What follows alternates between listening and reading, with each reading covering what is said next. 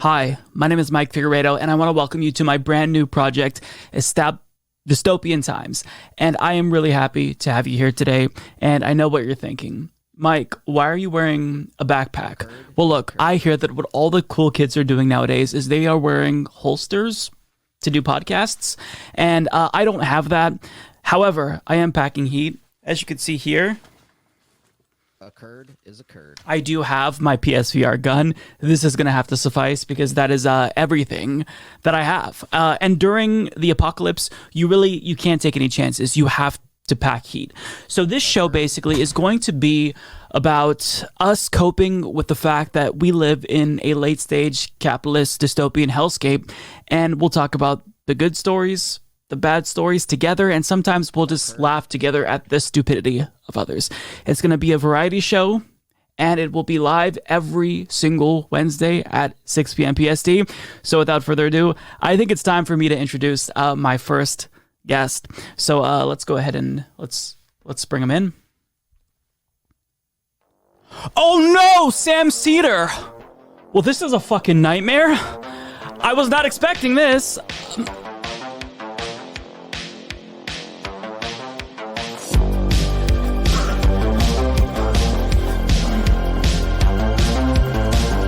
Oh my God! We fucking nailed him!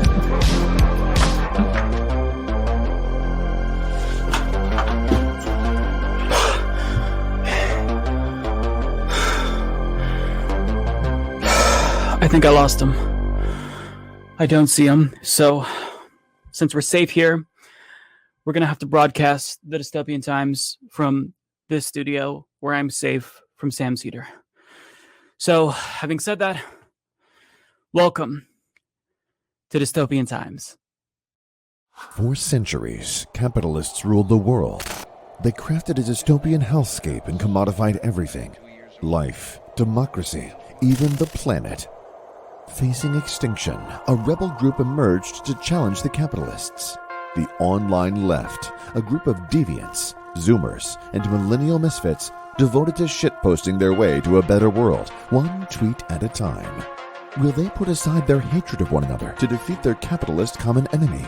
Find out now on Dystopian Times. Witness destruction of everything that you know. While others chase the elite, we stand alone. Dark days coming, regardless, we never running. People still suffering, and everybody's wondering who's gonna lead the charge, who's gonna be the choice. Rooted from the bottom so the underdog can have a voice. Foundation based in reality. Power to the people, people power, not a fallacy. Call it what you want it, but I know you hear us coming. Eyes wide open, cause you see we're on to something. The future on the line. We're here to redefine. Political powers recognize these dystopian times. A curd is a curd. Welcome, everyone, to Dystopian Times Live. I am Humanist Mike Figueredo, and folks, I am really, really happy to see everyone today. We have so many great guests, so I'm just going to bring them out one by one, and we'll get the show rolling, everyone. Thank you all so much for being here. So my first guest, you know her as Savage Joy. Savage Joy, welcome to Dystopian Times. Hi, I can't believe I get to be first, too. That's you amazing. Are the first. Yeah, absolutely. I just felt like, it felt right to bring you into the stream first. So tell us what you do and where we can find you. So I've had a video podcast for 4 years. Currently I am with Roar Media Live. We are 3 women and a gentleman who works with us on the shows. And it's kind of centered around women in streaming because there's not all that many of us. And you can find me on Roar. But also, if you just type in Savage Joy on YouTube, over 400 videos come up. So you can see my past stuff there as well. Well, great. Thank you so much for being here. I have no doubt that you're going to make this a phenomenal episode. So let's bring in our next guest. You know him on Twitch, on YouTube. It is Shark300. Shark, welcome to the stream. Hey, thanks for having me. What's going on? Hey, not much. I'm so glad to have you here. I think that your videos are absolutely hilarious. Your streams are always entertaining. Tell us what you do and where we can find you. Hey, so I do sort of like segmented streamed content. So we talk about politics, internet news, gaming. I want to kind of get into sort of like the commentary style types of videos, and it's been really fun. We've been going for just over a year, and I've met some absolutely amazing people, like everyone on this panel and you yourself. So I really appreciate it. You can find me on Twitch. Shark300, that's the word shark, the number 3, the letter O, and the word 0. A little hard to spell. Don't make fun of me for it. I made it when I was 13, and just about everywhere. All right. Well, our next guest is also someone who I find just hilarious. She is on Twitch. She is on YouTube. She's DylanBurnsTV, folks. Welcome to Dystopian Times, Denims. Hi, thank you so much for having me. I was very excited when I got the invitation. I'm Denims, just Denims, the way it's spelled. I stream politics. I'm a leftist, and yeah, that's about it for me. Yeah, absolutely. So happy to have you here. And by the way, I'm a fan of everyone who's on here. I just want to talk to cool people who I watch, who are hilarious, who make me laugh. And yeah, I'm really excited. All right, folks. So the next individual that we have on the panel tonight is the host of Doomed. He's also a co-host on Majority Report with Sam Cedar. Folks, it is Matt Binder. Matt, welcome to the program. How you doing, Mike? It is a pleasure to be here, an honor to be on the first episode of this, on the first panel.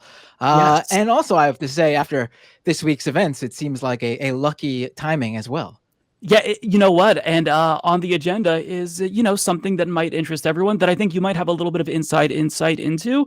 So yeah, the stars aligned. So Matt, I'm so happy that you're here, and yeah, great to have you on the first episode. We're all like, you're all going to set the tone, so no pressure. Like if this show's bad, then the rest of the series is going to be terrible, folks. So yeah. Okay, so let's bring in my last guest.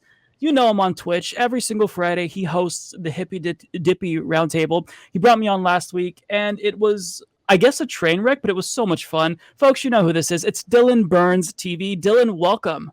Hello, I'm the coastal elitist that your uncle warned you about. I'm the queer you should fear, the host of the Hippy Dippy Roundtable. Happy to be here. Thank you so much. That's such a cooler intro than mine. I feel like I need like something. The queer that you fear. That's really good. Jesus, Dylan, you're upstaging me. Okay, folks. So we have everyone here. Thank you all so much to everyone that's watching. If you could all give this stream a like, that would be absolutely phenomenal. It'd be terrific. But, without further ado, let's jump into the topics because we have a lot of stuff to talk about. And of course, we're going to kick things off on a very depressing note. We are going to talk about climate change because there's this article that just came out. Arctic scientists say we may have already passed climate tipping point. Now, the implications of this are very, very vast, but let's just go through here for a minute and read what this has to say.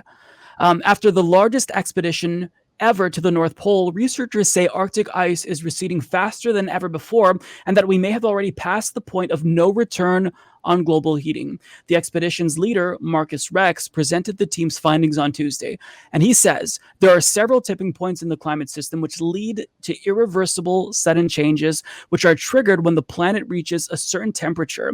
We have seen that we are on the verge of that tipping point, which will lead to the disappearance of the ice in the Arctic summer. Now, if that wasn't horrifying enough, a couple of years ago, we got the report from the IPCC, which says we had about 12 years to act if we wanted to stop catastrophic levels of climate change. A couple of years have already passed, and now, wrong video, now leaked IPCC draft climate report reads like a 4,000-page indictment of humanity's failure. This is a warning of existential risk, of survival, of collapse, said Extinction Rebellion.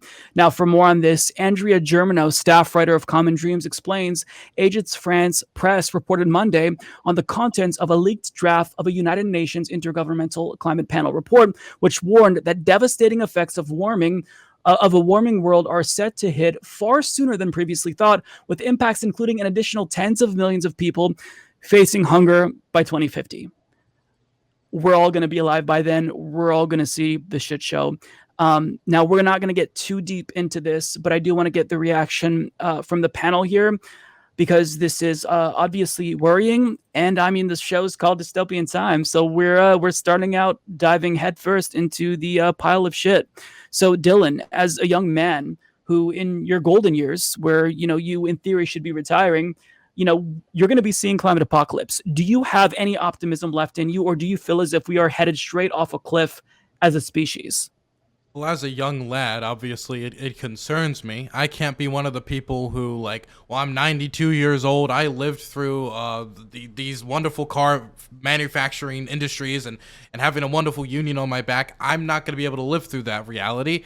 I got to live through the reality I'm in, which shows me never being able to own a home, maybe, and apartments. And we all know the current dystopia we live in. Name of the podcast. Wonderful.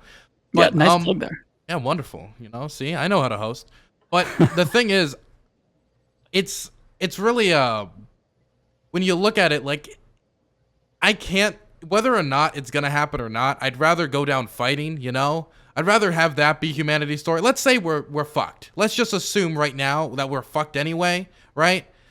It'd be a shit movie if we ended it just being like, right? If we have even the sliver of a chance, we should still struggle for it.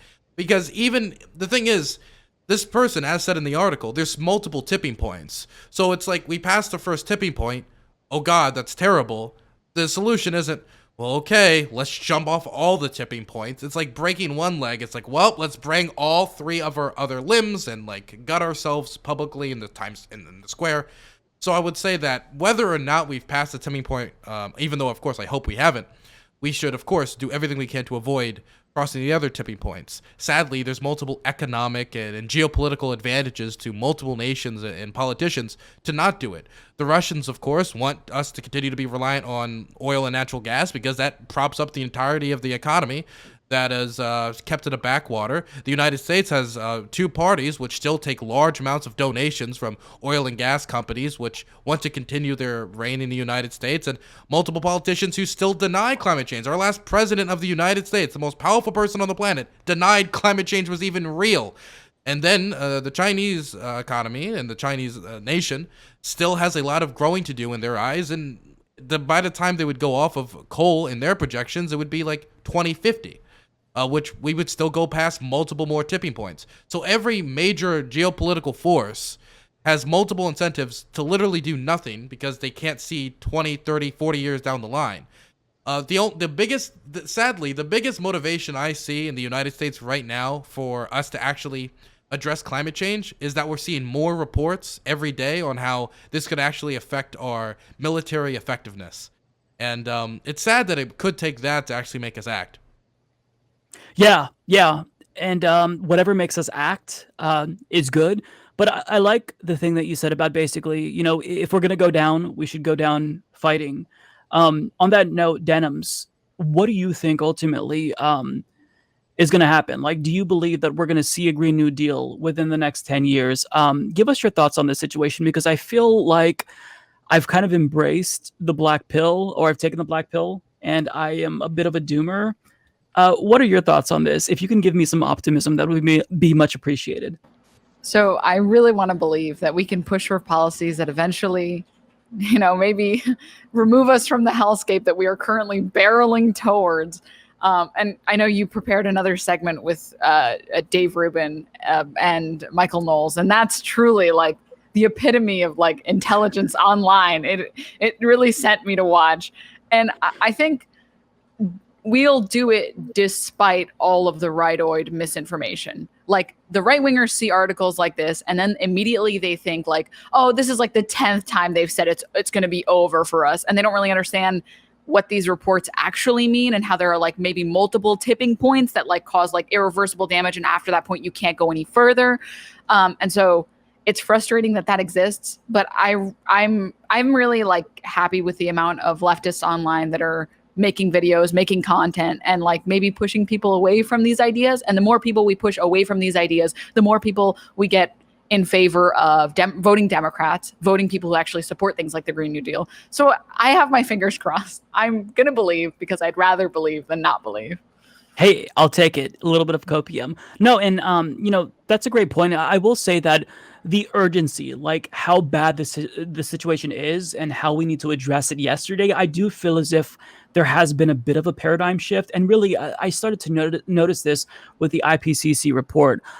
Shark, what are your thoughts on this situation? Do you actually think that it's there's going to be this time where eventually we just elect enough millennials and progressives and they take action, or is there going to be some sort of worldwide groundswell, kind of like we saw over the last couple of years with the kids climate march, the school walkouts? What are your thoughts on this? What do you think it's going to take in order to have any movement on this issue? I think one of the really big things that it'll take is people seeing it in their personal lives. So when you can't walk outside in the summertime without like shoes on because the concrete is literally melting you, when you can't grow anything really, and you like miss a day of watering and all, and like the little, because like a lot of millennials, they love their plants. I personally love plants. I have a whole rack of plants, like house plants over here. I show it on stream sometimes. I love growing things. When those people, when you plant like your little garden and it just like completely just like raises over, like you're living out in the middle of nowhere, like Courage. I really feel like those sorts of things that start to impact people's lives a little bit more are going to start to push them that way. And I mean, we've been seeing it where every single year is the hottest year ever. I think you're really starting to get people to be like, hey, we really got a problem here. And like Dylan said, I mean, just because we passed the first tipping point, if we have, doesn't mean that it's over. There's lots of problems, and who knows, maybe like sometime in the next like 100 200 years or something, maybe if we like really get our act together, your kids or your grandkids will start to see like us maybe pulling back from some of that, and the CO2 leaving a little bit, or more solutions getting being brought up, because science changes every single year and we're moving a lot faster. I don't like to take the black pill on like literally anything. I really feel like there have been hundreds of generations all throughout human history that thought that this was going to be the end. And I feel like we're no different. But our problems are now really a lot bigger than your local town getting raided. But for those sorts of people, you getting on like the Lord's bad side and them just like slaughtering your entire town, I mean, that was a reality, right? I feel like humans are incredibly resilient, and I like to look at it in the sense of we're, as climate is getting worse, more people are talking about it, and I think we can talk about capitalism and everything, and I do believe that we won't really see like a real fix to this. We always want to like slip back into the easiest, like lowest common denominator, as long as we still have like capitalism around. But if we have to work in the system that we do, I really think that we're moving in a good direction. And whether it's fast enough, we can debate on that. But I don't really like the idea of giving up. And I really think that we can make a turnaround as long as we make sure that we stay on it. Yeah, I love the sentiment from the panel, because I feel like you all are less doomer than me, which is really important. For me, I went through this like 2-year period, I think, after the IPCC report came out, and it really like it fucked with my head, because I was thinking, man, like how much longer does humanity have left? Like, is it 100 years? Is it 200 years? But I've kind of like stepped away from the ledge, and now I'm thinking, you know what? I think that human beings really are resilient, as Shark was saying, and I think we'll survive. I mean, there's going to be catastrophe. It's going to be ugly. Wars over water is something that all of us may possibly see in our lifetimes, and that really is horrifying. But I do think that in the end, we will continue to go on as a species. Matt, give us your take on this. I mean, yeah, I think humans will be fine. Not so much the rest of the life on Earth. That will definitely be what we lose. We'll definitely lose some species of animal. There will be, there'll be places that aren't quite the same in terms of their natural resources and the beauty about certain areas. But I feel like, a lot of times in coverage on climate change, and when people are talking about, what could we do to stop, cut back on global emissions and stop this from happening, I feel like so much is always presented like, here's what you can do. And the fact of the matter is, especially at this point, there's nothing you or I can do. We're not the problem, essentially. There was a report not long ago that said that there were around 100 companies, I think there are, that are responsible for something like more than 70% of the global emissions. I mean, this isn't a problem that like, no, this isn't like, oh, turn your water. Like remember when there was the water, conserving water crisis many years ago? In some places it still is, but it was bigger in this country a couple of years ago. That's not something that we can do. We can't like, shut off a faucet and conserve energy and that'll solve the problem, because this problem is well beyond one person, one town, one state, one country. This is a global crisis that is being propelled by greed in the form of mainly the fossil fuel companies, who basically we now know have known about this issue and the dangers of climate change decades before anyone else was ringing the warning alarms. Yeah, and great points about that. I'm gonna ask Joy a bit of a broad question. Do you think that there's going to be some sort of paradigm shift to where we actually move away from this economic system that we have? Because I feel as if global capitalism really is what's accelerating the process. I mean, as Matt Bender pointed out, 100 companies are responsible for 70% of global greenhouse gas emissions. So do you think that there's going to be a move away from capitalism? And this is a giant question, so you can't possibly know the answer to this. And I'm not asking you to like bring up a crystal ball. But what do you think is going to happen? Will there be movement? Will it get bad enough to where things do have to change? Or do you think we're going to see like a giant swing when people or countries move away from capitalism? What are your thoughts on that overall? Because I still am kind of torn individually on this. I think that we're probably not going to get off of capitalism for a very long time, perhaps not in my lifetime, but if we just move more towards social democracy gradually, perhaps that might change things. Give me your thoughts on this, Joy, because I'm all over the place on this. There's no coherent thought in my mind when it comes to climate change, because I just like my eyes glazed over when I think about everything that has to be done. Yeah, I mean, I definitely don't see an end to capitalism in any of our lifetimes. And one of the most basic reasons is because, we could say, oh, we only shop at thrift shops and we are very, we reuse and we're very, choosy with things we purchase, but others aren't. And as long as there's Amazons and places like that, capitalism is going to exist. So there's two issues with that. A, rich people don't pay any taxes, so they just keep, making bajillions of dollars and it doesn't matter. And then that breeds more capitalism because people buy stuff and then they work more to get the money to buy stuff. And also money in politics that plays into capitalism. That's, these things would have to change in order for it to be even an option. As far as, what you guys were all discussing, I definitely am going to have to disagree with Denims. I personally really don't give a fuck if Dems are elected. Yeah, they're better than Republicans, but I mean, we have a so-called Democrat president and he's literally a Republican and he doesn't give two shits about climate change. So just because he acknowledges that it exists means absolutely nothing. As well as, the squad or whoever who, talks about the Green New Deal, yet hasn't said anything in months. So things like that. It's not just about electing people. We have to get past electoralism. We have to. It comes down to us as people. We have to act on this shit.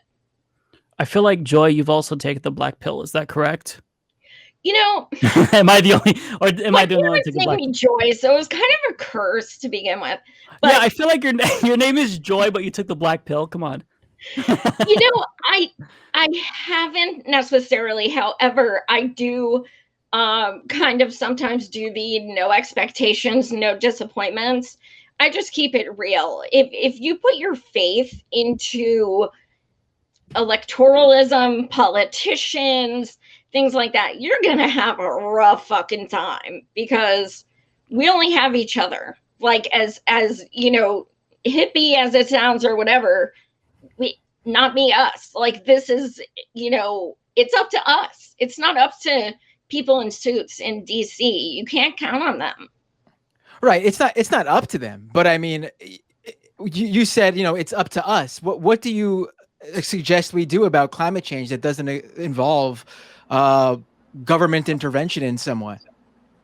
Well, I mean, that's the thing. We have to, you know, when we hold politicians accountable, there is so much pushback.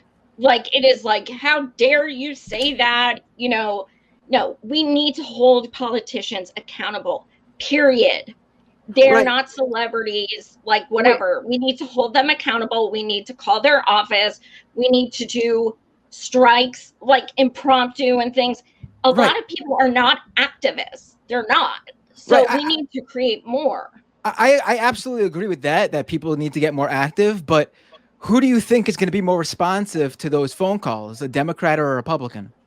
That's why I said, I mean, yeah, Dems are, you know, better than a Republican, but that's not saying much. I mean, in this case, though, it sort of is, because Republicans they don't even believe climate change exists. They're not going to be responsive at all. Dems believe they exist and they do nothing. So, I mean, this is why we have a mix between electoralism and actual activism, right? We can push for candidates that we actually care about. I voted Bernie during the primary. I really wanted him to win. But to completely disregard electoralism, like what am I supposed to do about like Nestle? What am I going to like march at their door until they stop being evil? Like I can't do anything. I can't hold them accountable, but I can hold my local politicians accountable who can help hold them accountable. Can I give an example of this? So there are like tangible differences between Republicans and Democrats, but of course it's a combination of direct action and electoralism, because you're going to need to pair government action with direct action to get anything done. And a lot of times they intertwine, that you want actually politicians participating in direct action, and you also like want individuals participating in electoral politics. But I think that there is a stark difference between the Republican Party and the Democratic Party, and we can see that when it comes to proposals and negotiations, which we can, of course, disagree with negotiations happening, but here's a great example. So in the Biden, of course, canceled the XL Keystone Pipeline, and then he went into his infrastructure plan proposal. And in that infrastructure plan proposal was about $2 trillion, which is historically significant, but we would, of course, want more. Within that, here's just one aspect of it. $174 billion for electric car infrastructure. The Republican counteroffer was $2 billion. That is such a stark difference between the parties that it's not only something that is almost impossible to negotiate with, but impossible for us to get that type of legislation through without significantly more electoral leverage that we would need to gain in 2022 and direct action in pressuring politicians. But of course, like I think there's also this confusion about like, well, then let's pressure the ones now that are in office. That electorally right now is going to need to be expanded upon, because Joe Manchin is literally in the perfect political position. And what I mean by that is for his own benefit. One of the things that people didn't cover, which I think is of extreme significance when you talk about our Senate majority, is the first thing Mitch McConnell did when he lost the majority was walk up to Joe Manchin and say, want to join the Republican Party. Because this is something that happened in West Virginia before. The governor of West Virginia used to be a Democrat, and then he switched parties. He used Democrat dollars to get elected and then became a Republican. That is a scary reality we face that can only be countered with direct action on top of electoral victories that we need to see in 2022, building off of like the stimulus bill that we got through and the canceling of XL Keystone Pipeline and passing popular policies. And while that is true, and I just want to clarify again, I did say that, yeah, Dems would be better to get elected than Republicans. I just want to say that again.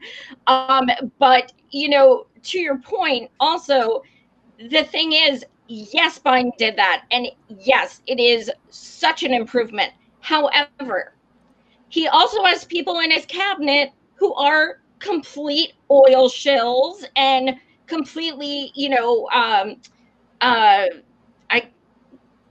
can't think of the Raytheon people and stuff. I mean, so yes, credit where it's due, but that does not negate the fact that he's a warmonger and our MIC is the biggest contributor to climate change. So all of these things need to be looked at together. And yes, vote. Yes, reach out and get into local politics. But it is not enough. That's my point. Yeah, so to put a bow on this entire thing, if I can kind of like characterize your argument, Joy, and like bring it in with everyone else's, I feel like kind of what you're saying is that the catalyst isn't necessarily going to be politicians and electoralism. Like, we do have to be the catalyst, but of course there has to be this, you know, multi-pronged approach where we can't just discount electoralism and just say, okay, well, I'm only going to do grassroots. There has to be a combination of everything. And for me, my strategy always when it comes to politics is just like throw every single thing you've got against the wall and see what sticks. But yeah, you know, the fact that Democrats are better than Republicans, I think that that's obvious to any leftist. You know, I'm not going to create a false equivalence. But what really is frustrating is that they aren't necessarily capable of meeting the moment. I don't think anyone on the panel would deny that, you know. But one thing that I will say, and this is me trying to segue into my next segment, which I'm not good at yet, but I will get better at, is that everyone here on the panel, you clearly, like, you've thought about this. For me, thinking about climate change absolutely worries me, but there are some individuals, our peers, that don't necessarily take it as seriously, regardless of what the approach may be.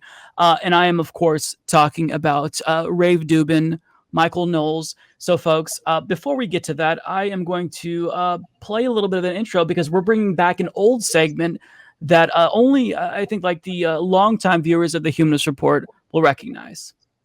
In a world of politics dominated by the strange, the deranged, and outright insane, we'll now take a moment to shine a light on the craziest of what politics has to offer. This is your weekly dose of stupidity.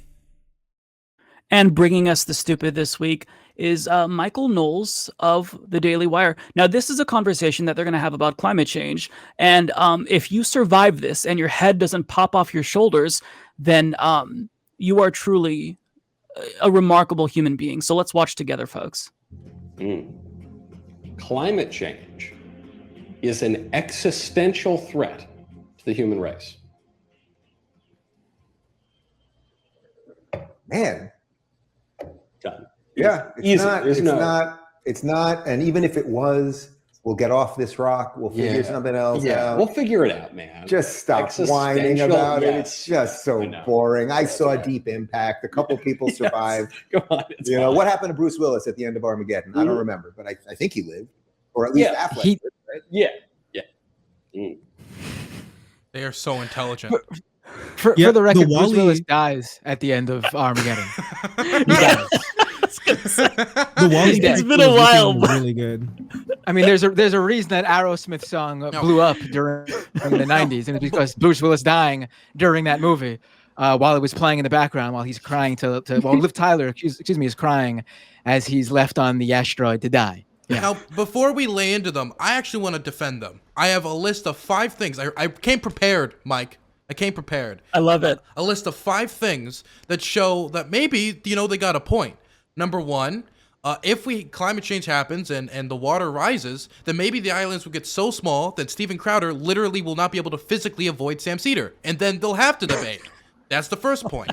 Point number 2, if you like hiking, there's going to be a lot of climate migrants that you can join. Number 3, Delaware might sink into the ocean, and that's one less tax haven. So, you know, if you're progressive, and as a Marylander, I'd really appreciate it. Number 4. I like the idea that I'm sorry, I didn't know there was a 4th. Go ahead, my bad. Number 4. It's if you starve and you get so skinny to the point where you can't move your fingers, then you can't tweet on Twitter and cancel me. So that's a cancel-less society. That's pretty cool. And number 5. We'll probably stop any ban on plastic straws because it'll be pointless, and we can finally get back the turtle darts, as I like to call them. I'm completely moved. You know what I really love about this? that they totally think like, oh, we'll just live on a moon or Mars colony, whatever, no big deal, as if that's like the cheaper option than just fixing the problem right now here on Earth. Like, we can't fix climate change, whatever, but we will just build a colony and a whole civilization on another planet that still doesn't even have life on it yet. I mean, these guys are ridiculous. And also, I love the idea that Dave Rubin, while I'm sure he has a significant amount of money, I love the idea that he thinks he's rich enough to be in that crowd. Let me tell you something. When Elon Musk and Jeff Bezos make their little Elysium world in the sky, in space, I should say, and leave all the peons down here, Rubin will be left here on Earth. He'll surely be one of the peons. Sorry, billionaires we will be only. here working to make their little world. Right. I mean, the idea they won't save us. The billionaires won't save us. They're doing this for themselves. And anyone who can pay, I think Jeff Bezos on his little flight coming up in July to space, I believe the winning bid to be the passenger with him was something like $28 million for a 10-minute flight in space. I don't know about you guys, but that's not looking very good for how we're going to be shipped off of Earth when the impending apocalypse comes. Well, underestimate the bootstraps, my boy. Yeah, when Jeff Bezos triggers the third impact, he's gonna make sure he gets his ass out of here. You can pay $28 million to breathe the same recycled air with him before he ejects you out. So he gets a little lighter, so he gets there a little quicker. The view is gonna be so nice as you're getting ejected. So okay. Nice. Yeah, I just think it's really incredible that they think like the best option is to get off, just start like planet destroying, fucking planet hopping from like one. We broke this one, let's go to the next one. Oh, we broke that one, let's go to the next one, and then have this like colony of just like peons just stuck on that rock to like wilt. And he's like, oh, we need to make sure we stop talking about it. It's just so annoying. I just get so bored when I'm sitting in my $28 million house that the single Koch brother bought for me, that I'm renting from him. I get to sleep in the closet. It's really nice. He's a really cool guy. I know he's gonna take him with me, like he's his little pet. He's gonna walk him over to the ship, bud. I'm sorry, while you're talking to us about how he's gonna take you, the ship is gonna be going off in the background. He doesn't like you. They're not your friends, bud. I'm sorry. It's just really ridiculous how these people, their brains, if we can even call it that, are not working. I also think it's smooth brains. Sorry, go ahead, Dennis. No, yeah. I also think it's really funny that they like think that the word existentialist is like it's a step too far, like, oh, lots of life and, like forests and all this, like all the entire planet just getting destroyed. And it's like, but is it really an existential crisis?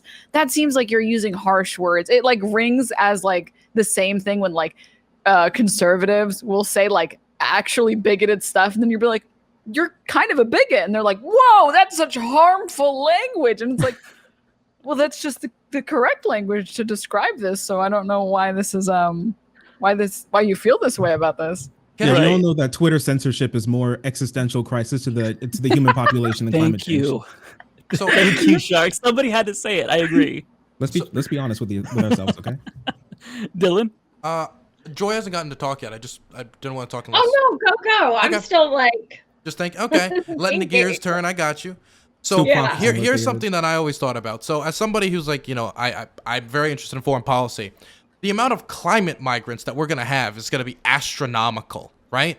And I always thought, like, I remember how much hate and vitriol and fear came from the right when just one country, the country of Syria, had a large amount of migrants come out of it due to the rebellion against Bashar al-Assad and just brutal bombing campaign and everything that happened there. Do they not realize that, like, this would be a climate migrant, just a tidal wave of people? Like, would be the best way to like get like a Steve Bannon or one of these types of weird figures that usually won't care on board, just to be like, spooky climate migrant, and then boom, and then maybe get them on board. Like, what would that? Do you think that'd be morally permissible? I mean, do you think that they hate climate change more, or that they hate immigrants more? That is an interesting proposal. Exists, right? Say that again, Shark. Well, they don't think climate change exists, so maybe we could hop them on by saying, "Oh no, it may exist, So let's prepare ourselves by making sure that they won't come here by fixing climate change first. But I don't know, it's like really interesting how, I mean, I know you have to like meet people where they're at sometimes. I mean, that would kind of start to be like a little bit of a hard one. But at this point, I kind of feel like when it comes to lots of conservatives, you have to like drag them on a little bit. You know how a lot of progressive proposals help out Republican constituents more than Republicans ever could possibly imagine? I feel like it's one of those situations where it's like, where the revolution comes, buddy, not only are you going to get the wall, you're going to get 4 walls and a roof and clean water and free education. And like, and you just have to be like, I mean, we're going to give you all the things that you like, you know, ostensibly like the nice things that you want. But I mean, I don't know. Yeah, I've got to highlight this comment from Ryan Tennant. They'll definitely become eco-fascists. And speaking of fascists, Ron DeSantis, isn't he a bit of like an environmentally semi-friendly Republican? I mean, the political spectrum in the United States, it's going to get all twisted. It's going to be flipped upside down. I just want to go back to that clip. Joy, I feel like you and I are both on the same level in terms of like how nerdy we are. So you've probably thought about this too. How funny is it that we have ruined our planet, right? Completely fucked up our planet to the point. Don't take that out of context. No, to the point where like they're contemplating leaving the planet, but we're so stupid that we fucked up our own planet, but yet we can terraform another planet. And Shark kind of like, you know, made this point as well.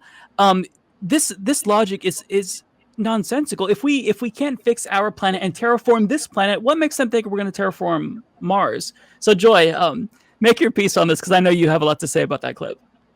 You know, it's like there's just no thought process. It's the privileged way of, well, just start a new planet. I mean, it's no thought for future, you know, generations or anything like that. It's just it's just the planet. Like, who cares? I actually interviewed brilliant climate scientist Peter Kalmus. Dude is freaking amazing, but he scared the living shit out of me by just stressing just how many climate refugees we'll have and just how bad everything will get if it's not acted on. So that kind of nonchalance there, that ignorance, it's kind of scary that it might be more prevalent than we think it is. Yeah, and since we're really diving like headfirst into the brains of right wingers, we're gonna go to the lowest of the low, folks. Of course, I'm talking about Steven Crowder. Now, Steven Crowder this week got the surprise of his life when he was ambushed by Sam Cedar, and I do want to look at some of the comments in response. But for more on this, we are going to go to Dystopian Times correspondent Sahil Habibi of Progressive Voice, who's going to give us the breakdown here of what is going on. And he doesn't know that he's a correspondent yet, but Sahil, you're a correspondent. So take it away. So it appears that Steven Crowder once again has been exposed and debunked. What you guys can see is obviously, you know, how much of a spectacle and barrage this debate with Sam Cedar has ended up turning out to be for him. It's been completely devastating. It's been a complete massive failure, essentially. And so what you can see now is Steven Crowder was, you know, he was really angry. He was really pissed that Sam Cedar showed up as a surprise to debate him. But somebody pointed out that Steven Crowder has his own series where he actually confronts people who talked about him. So he has a Crowder Confront series where it's some kind of what he determines or deems to be a leftist. They've talked about him, and then he confronts them for a debate on said issues. So Sam Cedar shows up to talk to him and debate him, but he's very angry about that, and he's very against the surprise debates, and he, you know, feigns outrage as he wasn't able to have a layup, in his own words, opponent like Ethan Klein, who does comedy on YouTube and he doesn't do politics, but he's running shitless from Sam Cedar. So once again, Steven Crowder getting exposed further as somebody who saying he doesn't like the surprise debates, but he does them himself. So Steven Crowder, his whole thing is all hypocrisy. And now what you're seeing is This whole facade of like these right wingers being these amazing debaters, they said this for years, by the way, that the left doesn't want to debate them. The left is too scared. They were so up there about that. But it turns out they can only debate uneducated college kids, is what they do.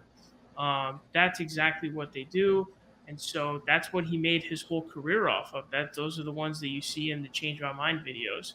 And so when you have somebody really educated in the political sphere, and not some like Antifa protester or whatever SJW professor, you're saying somebody who's skilled in the art of debating as well as politics and is a policy wonk, you run away from him because you know that it's trouble. Actually, it seems to be his dad that's the one that's really telling him to stay away from him.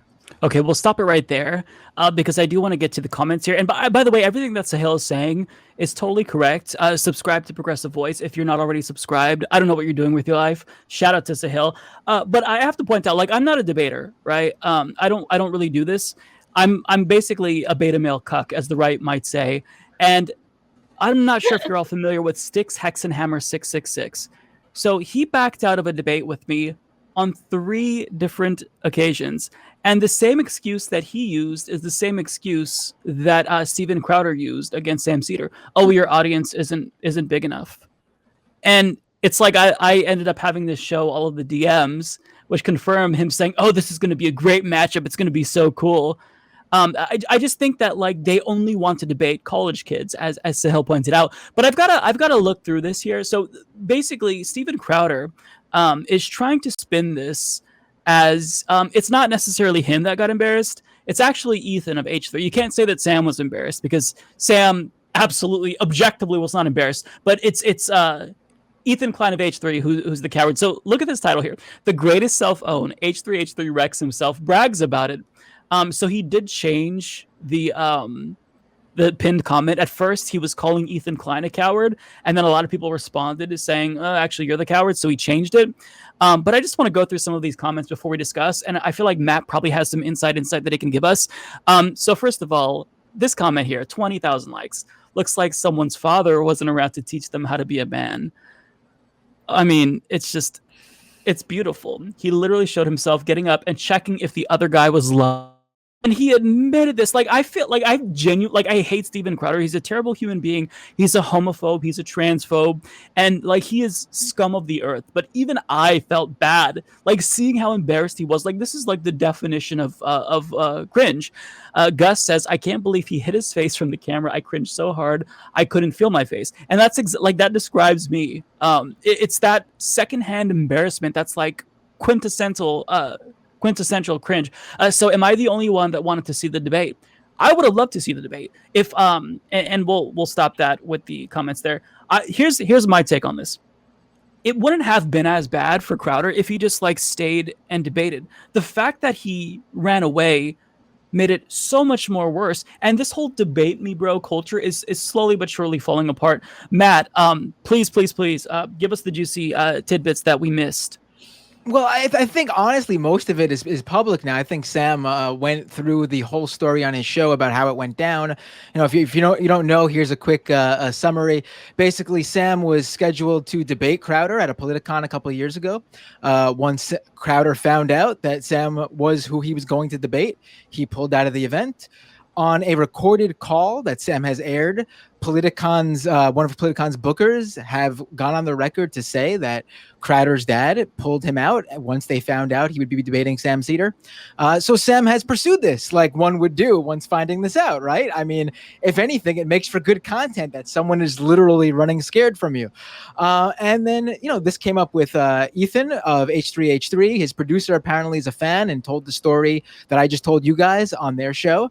And then they had this idea to bring Sam on because H3H3 and Crowder was feuding. And Crowder wanted to debate Ethan from H3H3 because, and Ethan has said on the air himself, you know, I'm not a political person. I don't do a political show.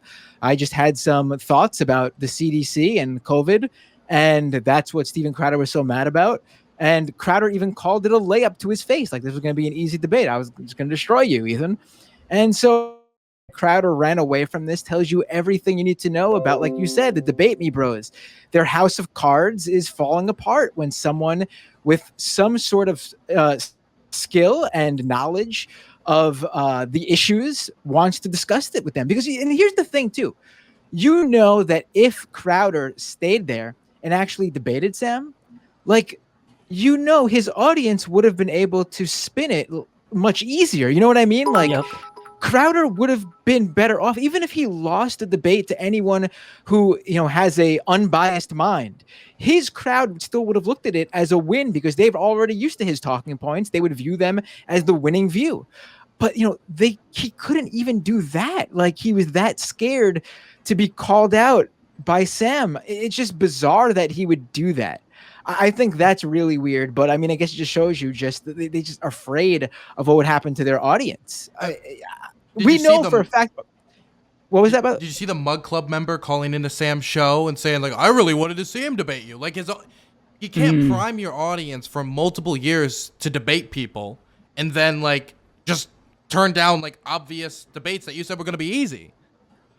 Right. Yeah. Absolutely. I mean, I'm not a debate me bro guy, and Sam isn't either, by the way. There are people who think like Sam goes around doing this. Sam literally takes calls every single day, Monday through Friday on his show. Anyone could call in. He's just happened to create this persona because so many right wingers, especially libertarians, would call in and debate Sam, and Sam would, you know, to be fair, dispatch them with ease. And so, you know, people will like seeing Sam debate. And, you know, if Crowder never was set up to debate Sam at Politicon, this never would have been a thing. Like, he wouldn't just go after Crowder for no reason. Same with Dave Rubin, by the way. Dave Rubin was supposed to have a sit down, I guess, a debate with Sam. And then the late, great Michael Brooks said something on an episode prior to the debate that really hurt Rubin's feelings. So from that moment forward, Rubin, he canceled the debate and refused to have any sort of interaction with Sam. I mean, if you ask me, he was just looking for an easy out. Oh yeah. But like, you know, it's just ridiculous. Like, Sam saw an opportunity to put this guy on blast, and it honestly, you can say whatever you want to say about it. It 100% worked. And I love the people who are Crowder fans who reply to people on the left who are talking about how much Sam put him on the spot, who are like, they're owning Ethan for being scared of the debate. Right. I mean, Ethan said himself, this is not my thing. And also, no offense, Ethan, but you know, this wasn't about Ethan. Like, we don't, you want to call Ethan, I don't give a shit. Like, you know what I mean? You want to disparage Ethan, like, go ahead. He's not someone like who represents the left. Yeah. It's just, it's pure like deflection. Like, he's trying to spin it, but very poorly so. I mean, I said this on my program, and I'm sure that like every single one of us has made at least like one video. I fucking love this story, so I've been talking about it a lot. But like, and I'm losing my train of thought. What was I gonna say? Okay, I don't remember what I was gonna say. But it was gonna be it was gonna blow your mind. I think one of I think the only reason why Crowder really ran was because he didn't want this to be the fourth, maybe even the third biggest disappointment that he had in his life to his father. You know, he pulled him out from it before. He knows that imagine being such a disappointment to your own dad, who's also your producer, that he pulls you out of several debates with this guy. He knows his limits. Okay. Like, Crowder is still on training wheels when it comes to like debating people. That's why he sits down and talks to like college freshmen walking to their English class in like 3 p.m. okay, and make sure that he records it like 2 weeks in advance and hides his entire like travel plans to make sure nobody who ever has a platform can ever find him. And still sometimes he gets bodied. He still gets bodied there. So if that's the case, then obviously he's not going to be there or with anybody who knows what they're doing. I mean, come on now. The second he was talked about with anybody else, like an OG sort of YouTuber, my man was like jumping at the bit to talk about some like debate some mid-30s like a comedy massive vape bro YouTuber who slouches in his chair and coughs and just talks about internet culture as his job. Okay, and that was the peak debate to him. And finally, someone who comes up who actually knows what they're talking about is there. He goes, "Whoa! I mean, I gotta get out of here. Hey, take the glasses off. Let me see your velveteen rabbit buttons." Which, if you didn't know, I'm 90% sure that's an anti-Semitic reference. Yeah. Actually, so I mean, he's just like a complete clown. I think we all just about know this. Oh yeah, and also talking to Sam would have been, I think, the second largest person that he would have like debated besides like Cenk Uygur, but he didn't really debate Cenk. In his screeching match with Sam and Ethan, basically what he said was like, "Oh, when do you think I've ever been at a Politicon? I've never been at a Politicon." We know, because you would have actually talked to someone who knows what they're fucking talking about. Instead, he went to go crash a and this is up on this channel. He went to go crash a panel that Cenk Uygur was at, and what he did was it's the funniest shit ever. All right, but not for like the recent Crowder ones. He stuffed like a t-shirt into a shirt to make him look fat, and waddled into the room going, I'm Cenk Uygur. You're dumb. I hate Sims. I hate Steven Crowder. He's bad. And that's it. And it goes on. It goes on like an Impractical Joker skit, but like Crowder was the one who was being forced to do the embarrassing shit. Like, it's so cringy. I couldn't finish it. And it goes on for like 4 minutes. The guy's like, and that's like the best comedy that he possibly has. Right? So, I mean, come on now. He didn't know. See, the thing about that is he didn't know when to end it. Like, if he made a 1 minute appearance, crashed the event, and then bounced, that would have been okay. I mean, it still was cringeworthy. But the thing is that he doesn't have, like, he's not very self-aware. And Shark, you kind of helped me remember what I was going to say. So, like, his sycophants, they believe that Steven Crowder looks fine. But I mean, like, people who are neutral, who don't know who Ethan Klein or Sam Cedar or Steven Crowder is, if they see this, like, there's no spinning this. Like, he looks like a coward. He looks like a pussy. And before we move on to the next segment, which we're going to let Joy jump in, and she's going to take control of the next segment, I just have a question for Dylan. Dylan, is it possible that you could possibly get our boy Steven Crowder on the Hippy Dippy roundtable? Is that not in the works? Not that. There is something else possibly in the works with Steven Crowder, but I don't want to say anything at this point. What I will say is this. This is the most hurt he's been since he was clocked by that union protester in 2011 after he shoved him to the ground. And not only that, but the thing is with Steven is he made this thing of like, well, he's a 1 million Andy and I'm so much bigger. I'm 5 million Andy. He debated like Jeff Holiday when he was like 100K, went about how Steven Crowder tried to downplay how hurtful AIDS was to the United States and different communities. If he's willing to debate him on something as ridiculous as that, then why can't he talk to Sam about like the CDC or what a Politicon? At one time, Gavin McInnes, and as somebody who's, had to deal with the Proud Boys coming into my community and burning the property of black churches, I'm no fan of Gavin McInnes of the Proud Boys. Gavin McInnes made an offer to Sam Cedar to come on his show. Sam wasn't interested, but then he said, hey, I can get Steven Crowder. And then Steven Crowder just turned it down. He's had multiple opportunities. And one time he backed out. The second time he turned it down, even though the platform itself would have been Gavin McInnes' show, not like it was going to benefit Sam Cedar. And if he really is such a small Andy, why was he literally spying on his show the week before, watching it, monitoring it, because then when it went down, he cancels. And then next week, after he pre-recorded it, because Sam is big brain, then he comes on and does the show. If you think someone is such a small creator that they can't even be bothered, Sam who is what he said, then why were you like basically spying on the program? Also, wait, can I just say one thing? Yeah, I know absolutely. we'll move to the next topic very soon, but there was also someone that like pointed it out. Like he makes like this after he says like, "Oh, what a surprise" or whatever. He makes this visual this physical cue, and his like lackey starts like walking over to the chair. Right, leprechaun. It's because when I watched it the first time, I for some reason thought he was already sitting there, but then when you watch it the second time, you literally watch him get into position, and it's so embarrassing.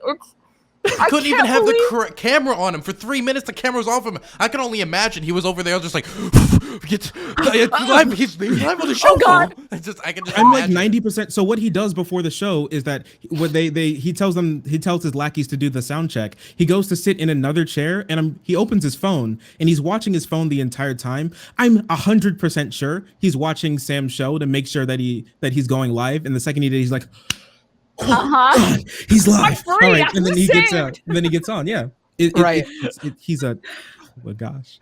He doesn't know who Sam is yet. He also had his whole apparently his comedy career in his back pocket, ready to run through really his stand-up material. That, and you know, he like you said, monitored his phone. And also, I enjoy it. I think Sam mentioned it on the show today, and he enjoys it now too. How Crowder mentioned. How Rogan won't have Sam on, and the Weinsteins won't have Sam on, and Sam Harris won't talk to him. And it's like, okay, you and Tim Pool on one of his when he discussed it on his show yesterday, he mentioned vaguely how he knows of major podcasts that have blacklisted Sam, and it's like, again, you're just naming these, you're just outing these guys for being scared of Sam. Like, thank you. Think I'm a coward? Also, you're like keeping track of like all of the things Sam related. Like, oh God. Why? And the saddest thing is like, there was a very key part of his argument that was like, well, my viewers wouldn't even want to see you, Sam. And like, I watched a little bit of the stream from the Majority Report, like after that whole shebang the next day. And there was like a caller who came in, and he was talking with like a really heavy Southern accent. He's like, I'm a Crowder fan. I got his mug. Love this guy. But, you know, I'm going to be honest. I didn't know who you were, Sam. But to be completely honest, I would have wanted to see the debate. I'm actually sad you guys didn't get to talk. I don't know anything about you. You know, you're not going to change my opinion probably because of how much I already like Steven Crowder. But I wanted to see the conversation. And this guy was like, this guy was like the epitome of like Steven Crowder's audience.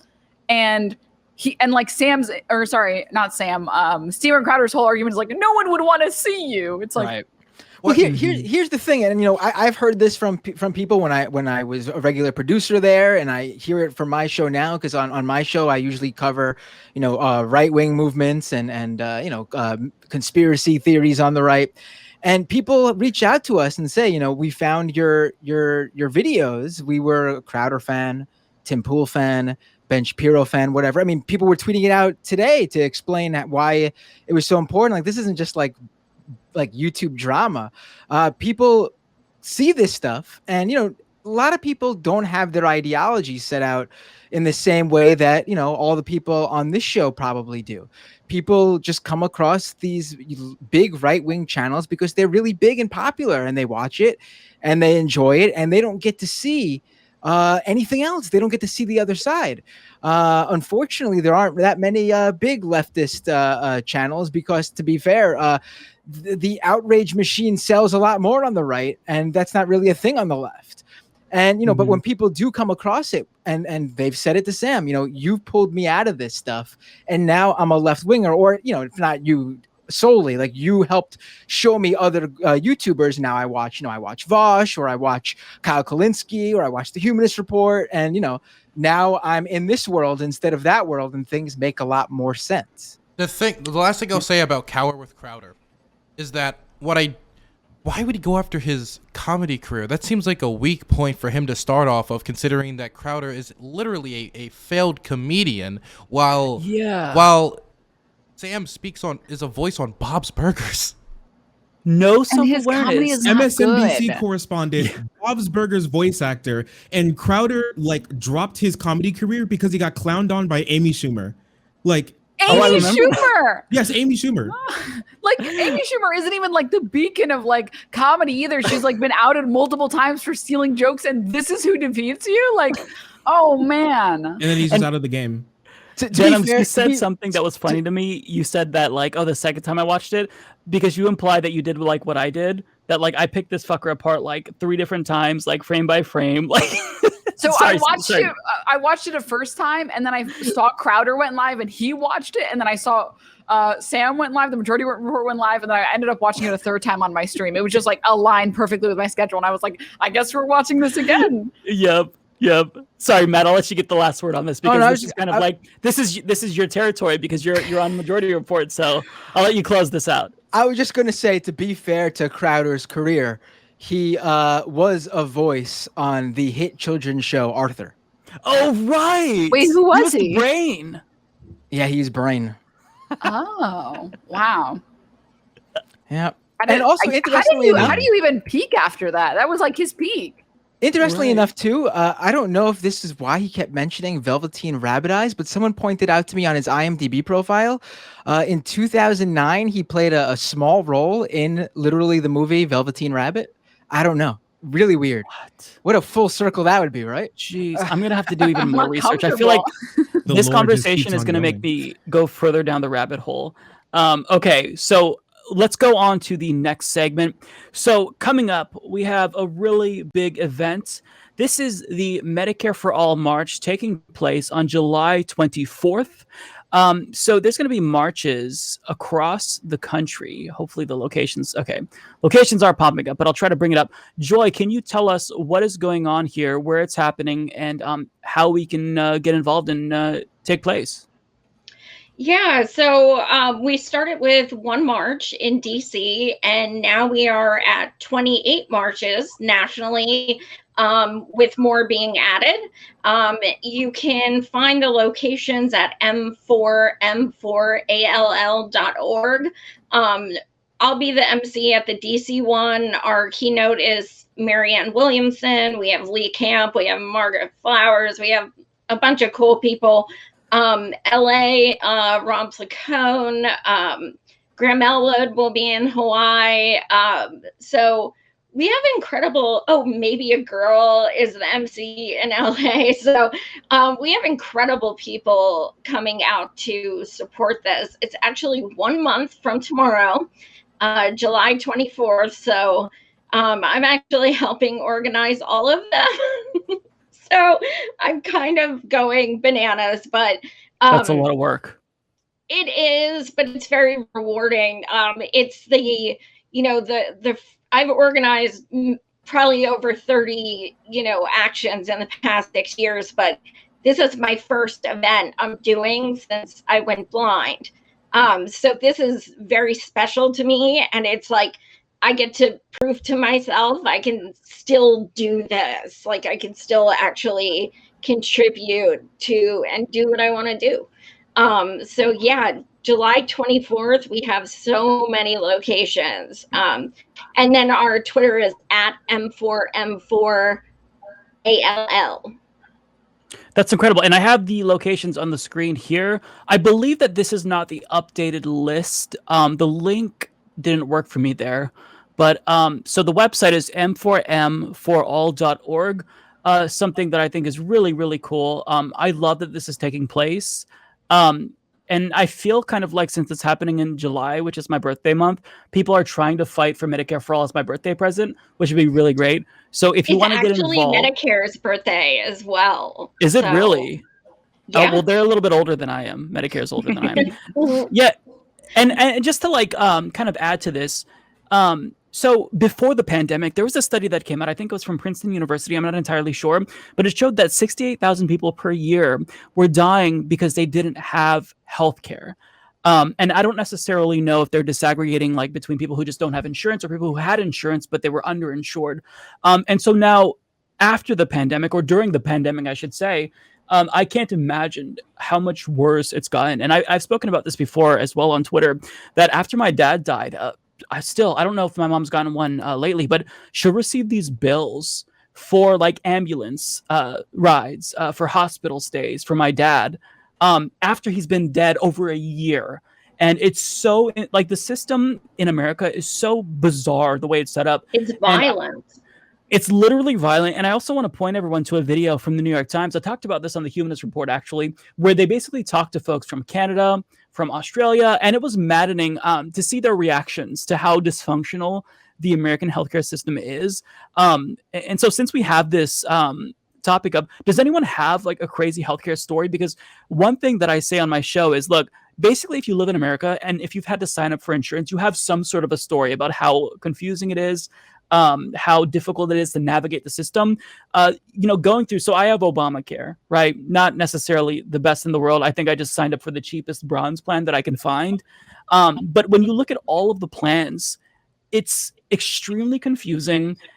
Even though you make your monthly payment, it doesn't cover everything. So you're spending thousands of dollars. And I mean, I feel like Medicare for all, it's a no-brainer at this point.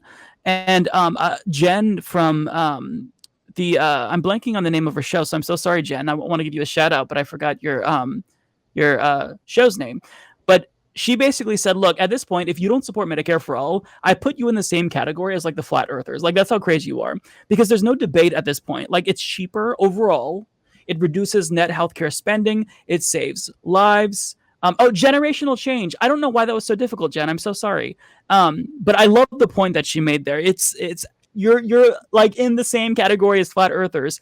And this is kind of where I'm at. So does anyone want to share like a healthcare story that they have? I know that Joy, you have a bunch with injections in your eyes. Like you shared, what is it, $12,000 per eye? Per eye every 30 days. So I just started going blind last year. So all of it was unpredictable. And, I just woke up one day without most of my sight, and it's super rare. And I was 40 at the time. And so insurance companies were like, we're not paying for it. It's rare. And it's like, yeah, I'm totally making it up. I said to my doctor, is this some kind of kink I don't know about? Like, people actually ask to get injections in their eye because, they were refusing to pay for it. And I mean, it's just, so you're going through this trauma of becoming disabled unexpectedly and having your entire life just completely changed. I have a cane, there's no driving, I can't watch movies, I don't even know how I do half the shit I do. But so on top of that, it's exacerbated by calling about pre-authorizations and my surgeries and all of those things, and just spending hours and hours every day on the phone trying to get things covered. So it really is a hostage situation where it's like, you have like a real little bit of sight left, but we're just kind of going to let that go too, unless you can pay, XYZ. And thankfully, the lovely Marianne Williamson, Mike, and Ron Placone, you guys did a fundraiser for me. How I would have gotten through it, I just don't know.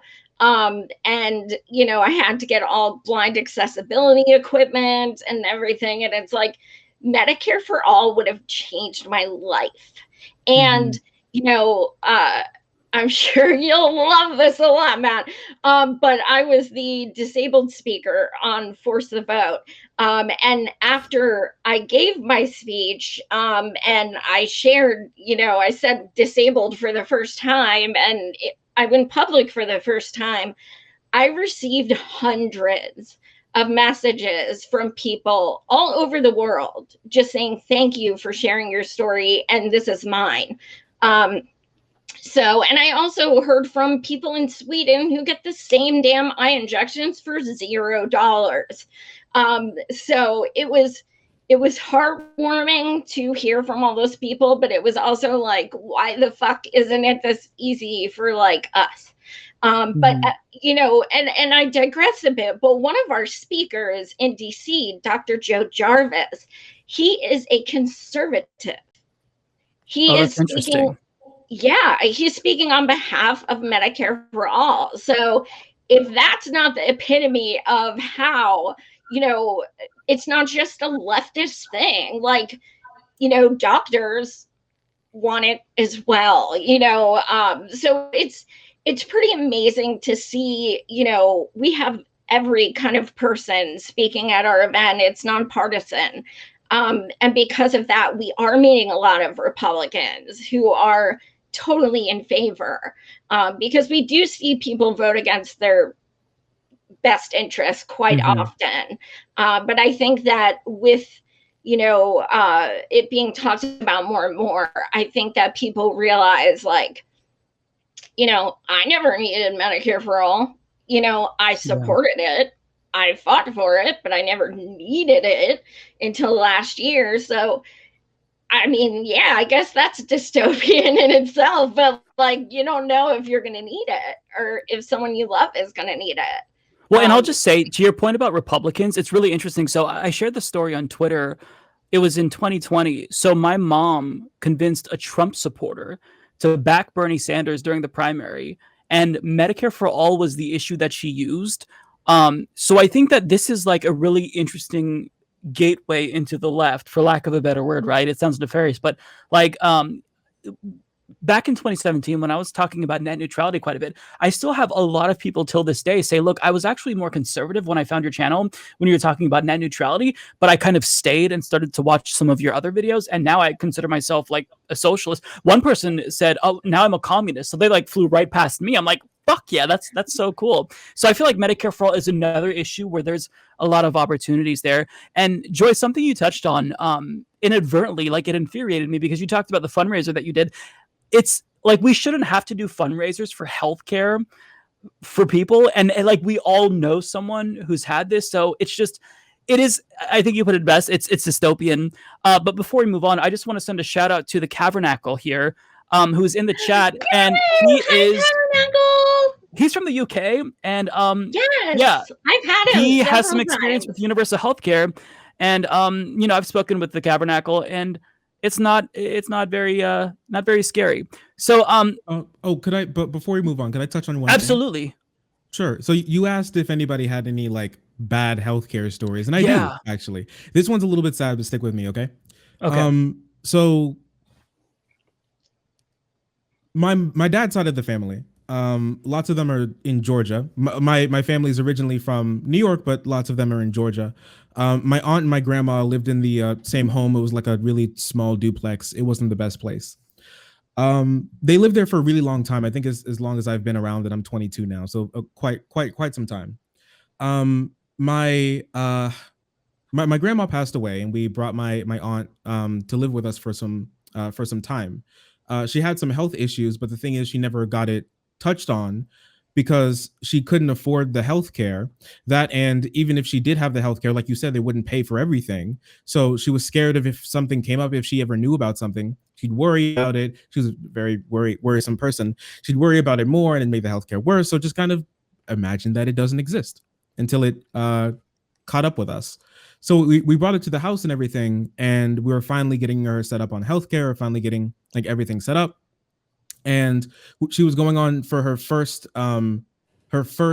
doctor's visit, first medical checkup in her adult life that Monday, but the weekend before she passed away. So I'm sorry. Thank you. It happens. So our healthcare system is absolutely like abominable. I have to say so. That's one of the big reasons that got me into politics in the first place and got me into having healthcare be my like big issue. It touches a lot of people, and I do think like healthcare is like really one of those big things. Like for me being in Kentucky, okay, not only on specifically the marches, I was able to go to the 1-year anniversary of Breonna Taylor's killing in Louisville, and it was an amazing time. Listen, all right, if you're lonely, a march is a great place to go. I met a really cute girl, really nice. Hey. And yeah, and you get to show out. I got to speak to her aunt and everything, and her mom, great people. So you get to do something that's good. You get to go outside, great, touch grass. I did it.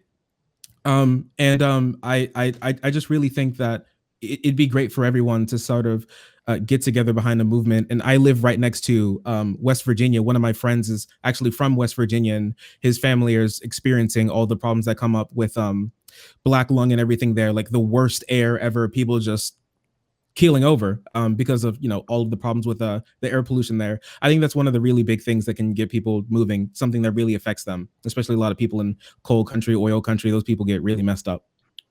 And speaking of that as well, there's this place called Libby, Montana, and when Lee Camp was on my show last time, we were talking about it. It is a place that, because of things that were in the air, it was making people sick, and they enacted immediate Medicare for all for this town, Libby, Montana. And at that point, everyone got 100% coverage. And if you look at the legislation, it does not say Libby, Montana in it. So that's one of our demands at the march, to enact Libby, Montana.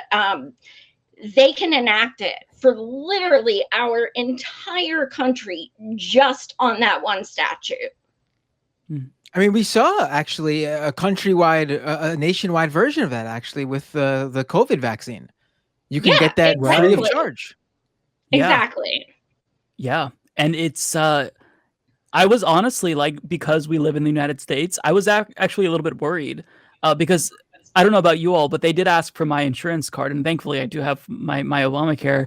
But it's like, okay, when's the bill coming? Like, I know I'm gonna get something in the mail, because it's like, it's traumatizing, like, to have any experience with healthcare. It's like you expect the worst automatically. You think, oh God, I have like this, and maybe it's because I'm a hypochondriac, so I'm not necessarily the best gauge for this. But when I think, oh God, I'm sick, if this is something wrong, then is this going to be the thing that like bankrupts me? And it's such a twisted thing. Like, if you're sick, you should be worrying about getting better, not like how you're going to pay for this, not if your family is going to be okay or bankrupted. As was the case with my dad, with my mom receiving medical bills. It's like, she should be grieving, not thinking about, oh my God, am I going to get sued for this? And we still don't know. It's like, when you get a medical bill, it's not $20, it's like thousands. Did you want to say something, Denims? Yeah, I wanted to say, and like, I don't think it's not that people don't recognize, but I think we forget the amount of like trauma that comes with getting hospitalized for any reason, or having to go to the doctor for any reason. I have like a close relative of mine who got cancer, and luckily they had Medicare. So they got to go to a doctor. They were worried that they caught it a little bit earlier, and they are doing well now. They're doing great. They, survived, and everything's great.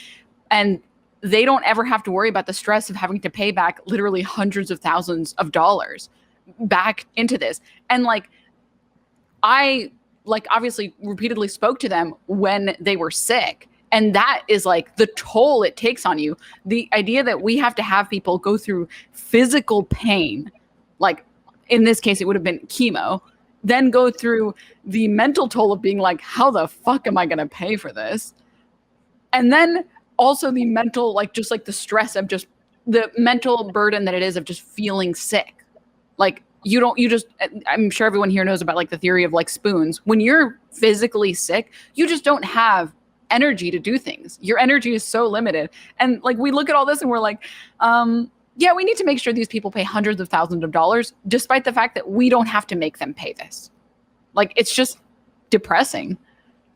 Yeah, I don't know if you guys know who Wendell Potter is, but Thursday I was very fortunate to be interviewed for a Medicare for All documentary, and it's coming out in January.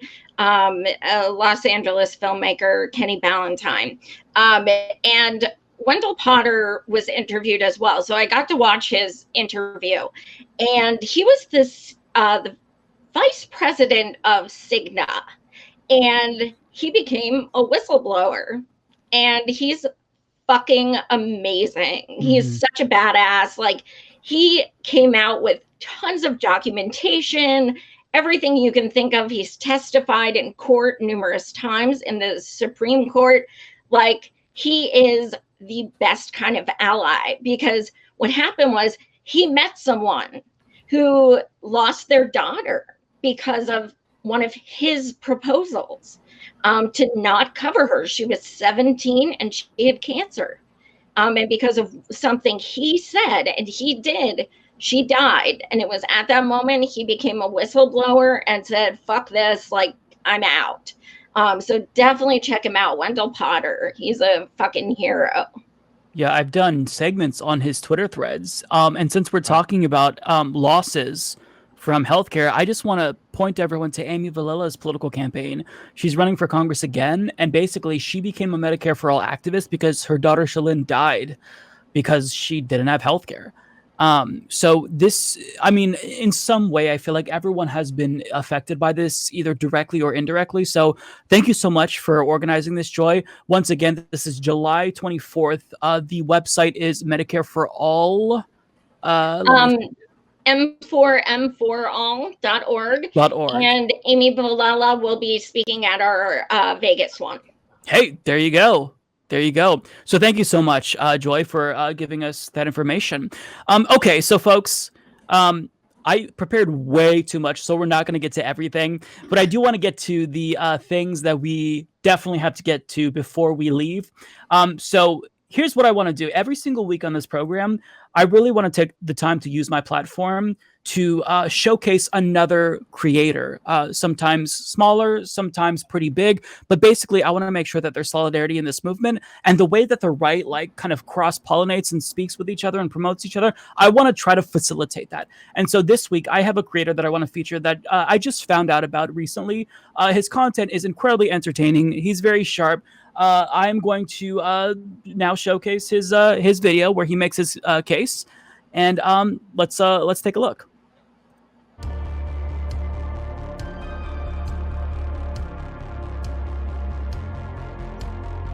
Dystopian times.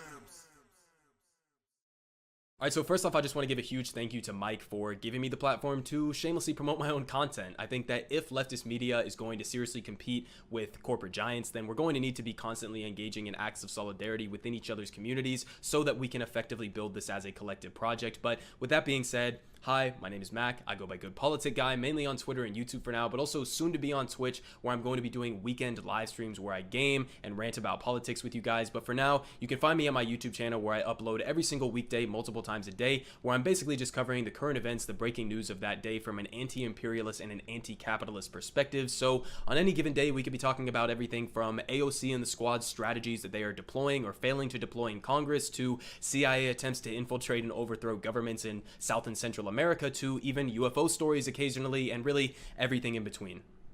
Now, the reasons I originally got into political commentary in the first place are really twofold. One, because I didn't want to keep bombarding my friends and family with my endless frustrations with American politics, and so I figured, why not upload these takes online and bother you guys with them instead? And two, because I believe that corporate media is indistinguishable from state media when corporations control the state. And what I mean by that is, in the United States, our free press, or supposed free press, is utterly failing to do their job of accurately and adequately informing the American people by holding the government accountable and being that check that in a functioning democracy a free press would provide. And with the mainstream media outlets preferring to cozy up to the establishments of the Republican and Democratic parties, I think there's a serious lack of voices out there that are willing to call out the endless militarism, the endless corruption, and preference for the status quo that even the supposed left half of our corporate duopoly is preserving. Well, I thank you for your question, but I have to say we're capitalist, and that's just the way it is.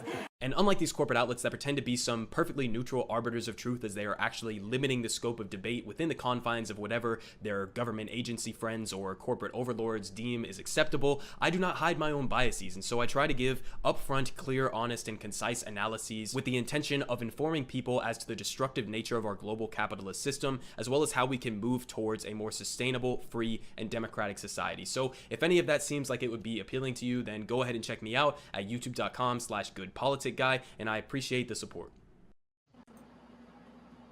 Well, that is Mac, Good Politic Guy. Everyone, there's going to be links in the description box. Please go subscribe to him. So he is about to hit 6,000 subs.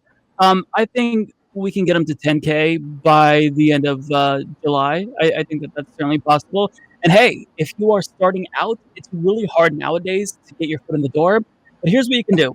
You can email me, mike@HumanistReport.com, and I want you in the subject line, put in DT, Dystopian Times, _submission in all caps, and then colon, and then your name. And so I'm anticipating a lot of submissions. I can only do one per week. But having said that, though, if you record a 2 to 3 minute video, provide me with your links. I will look into featuring you on this program because I want to make sure that we are helping other folks who are just starting out. And by the way, Mac will be on the panel next week. So if you discover his content and you like him, he's going to be on Dystopian Times with some really fantastic guests. So far, I have confirmed Isaiah James, who is running for Congress, Lance from the Surfs, and David Dole. Now, there's some other people that I'm speaking with, so the panel might be bigger than that. Having said that, though, please consider supporting smaller channels. Now, the last thing I want to do is okay. So we're running out of time, but I'm going to do it anyway. So okay. You guys all think that I'm weird because I said, send me pictures of your cats and dogs. And you're like, what the fuck does that like? So it's a segment so we can feature pets and cats of progressives, socialists, and communists. Because here's the thing, folks. As a content creator myself, and I'm sure everyone on this panel can say the same thing, it is very overwhelming, downright depressing sometimes. It just really depends on the news week. So you have to find ways to disengage. And my way of getting my mind off of politics is to play video games. I also love animals. So having said that, though, this is my new segment, and it's a mouthful. I haven't memorized it yet, but nonetheless, here we go.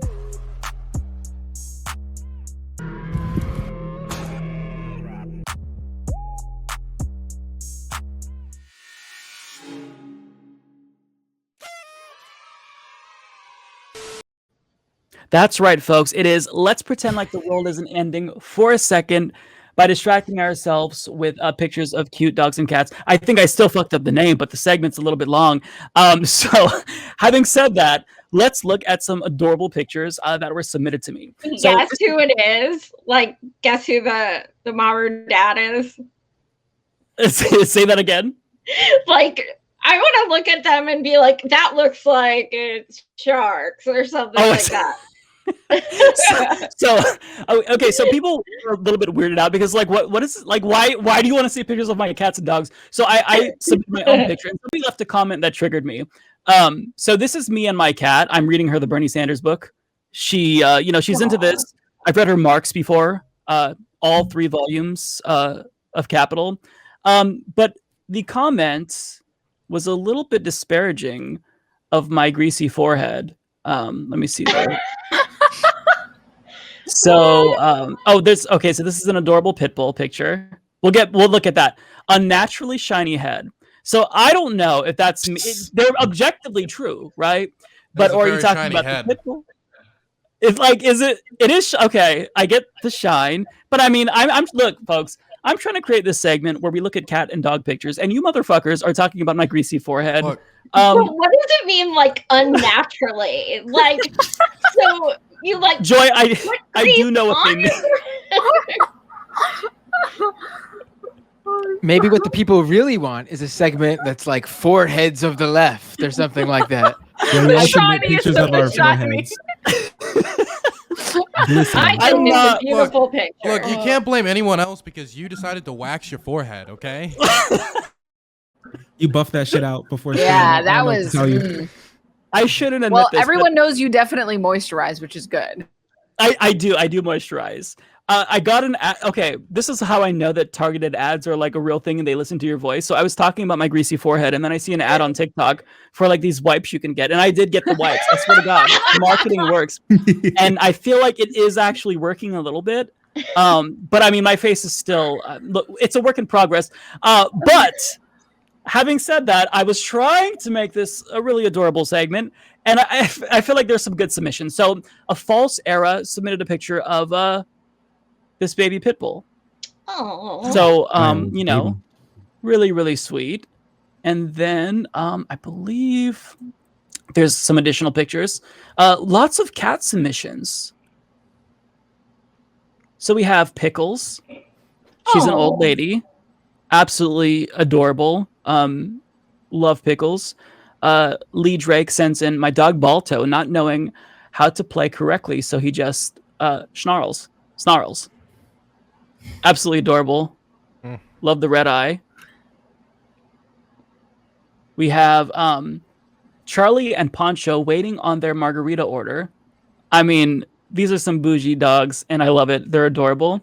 Milo's Human, my favorite dogs from working in boarding. I mean, look at that smile, folks. Like, Baby. I'm already feeling better about the fact that, you know, we have 10 years to save the planet. I don't know about you all. So we have puppies here. Hey, Mike, I hate to break this to you, but dogs don't smile like humans do. Why are you ruining our That's dreams? untrue. Matt, come on, man.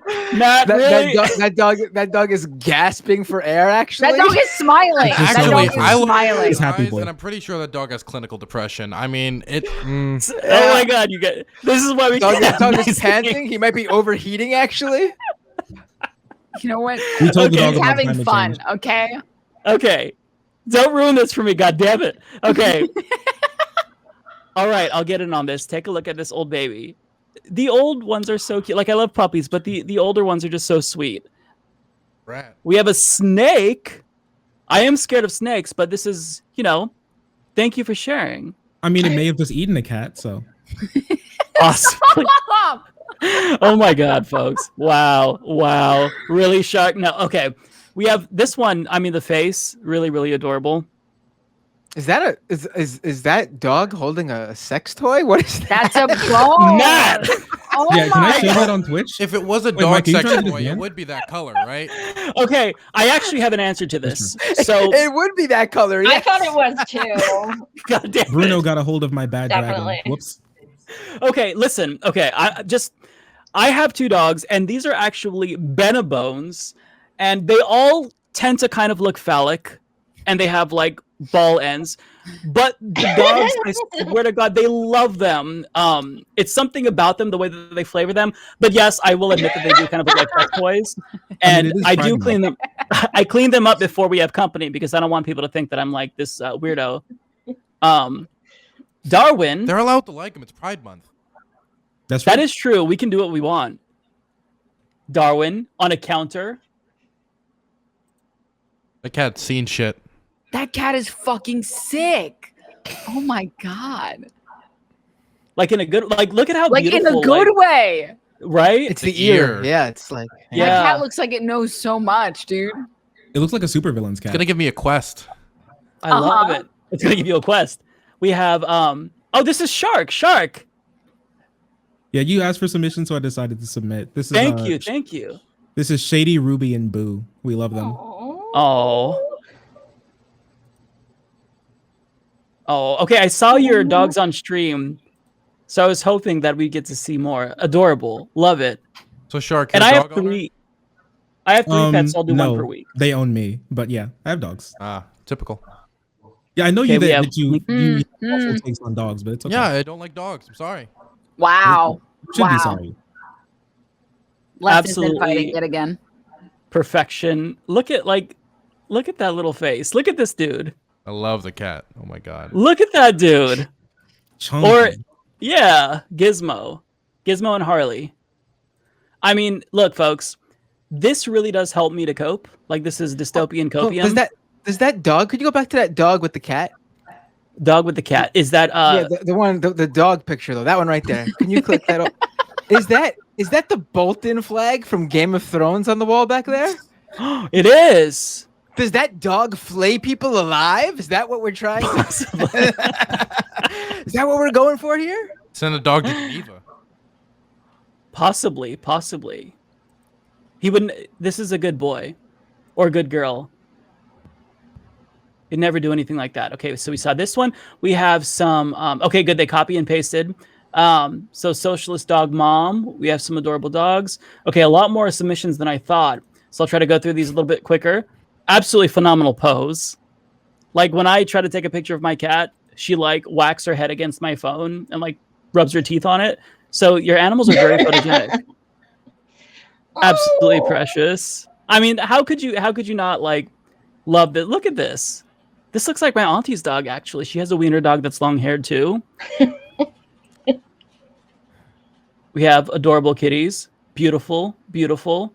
This is, I mean, how could you not love that? The blur, like, that's just perfect right there.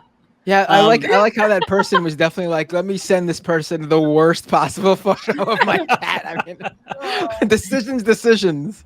There's like the pictures your parents post of you on their Facebook, you know? Just absolutely the worst possible ones. Your tagged images.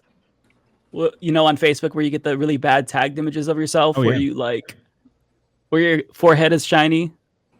I wouldn't know anything about that. Couldn't be me. So lots and lots. So we have CN and Petitas, Tiny Paws in Portuguese, Gibbs, Emmy. I mean, look at that face, Jesus. I responded to that one. Oh my God. Thales or Tails. That's an Instagram cat. Look at that filter. That's actually, it does look really like professional looking. We have Freya grooming her sister Lilith. That's really sweet. Okay, my baby girl Buttercup dabs. So she is dabbing. Okay, it's not part of her name. Everyone's arguing for Noun God. Dabs. Love My cat that. Okay, so Jamie here explains he stopped barking, biting, licking his ass and dick to look like this. Well, thank you so much for stopping all of that for the picture. Very, very cute, my guy. Okay, offensive. I don't know how this is offensive, Twitter, but we have this little guy, super tiny. Looks like he could fit in a little purse, and you can carry him around. Very cute. Oh, I need to go back. We have from Young Crumb, very pretty. I mean, Chad, I stopped myself. I was gonna say or a blender. Thank God I stopped myself. Folks, what have I gotten in trouble? Look, we have approached the end of the show, and we'll end it right here. But before we go, once again, thank you all so much to the panelists for being here.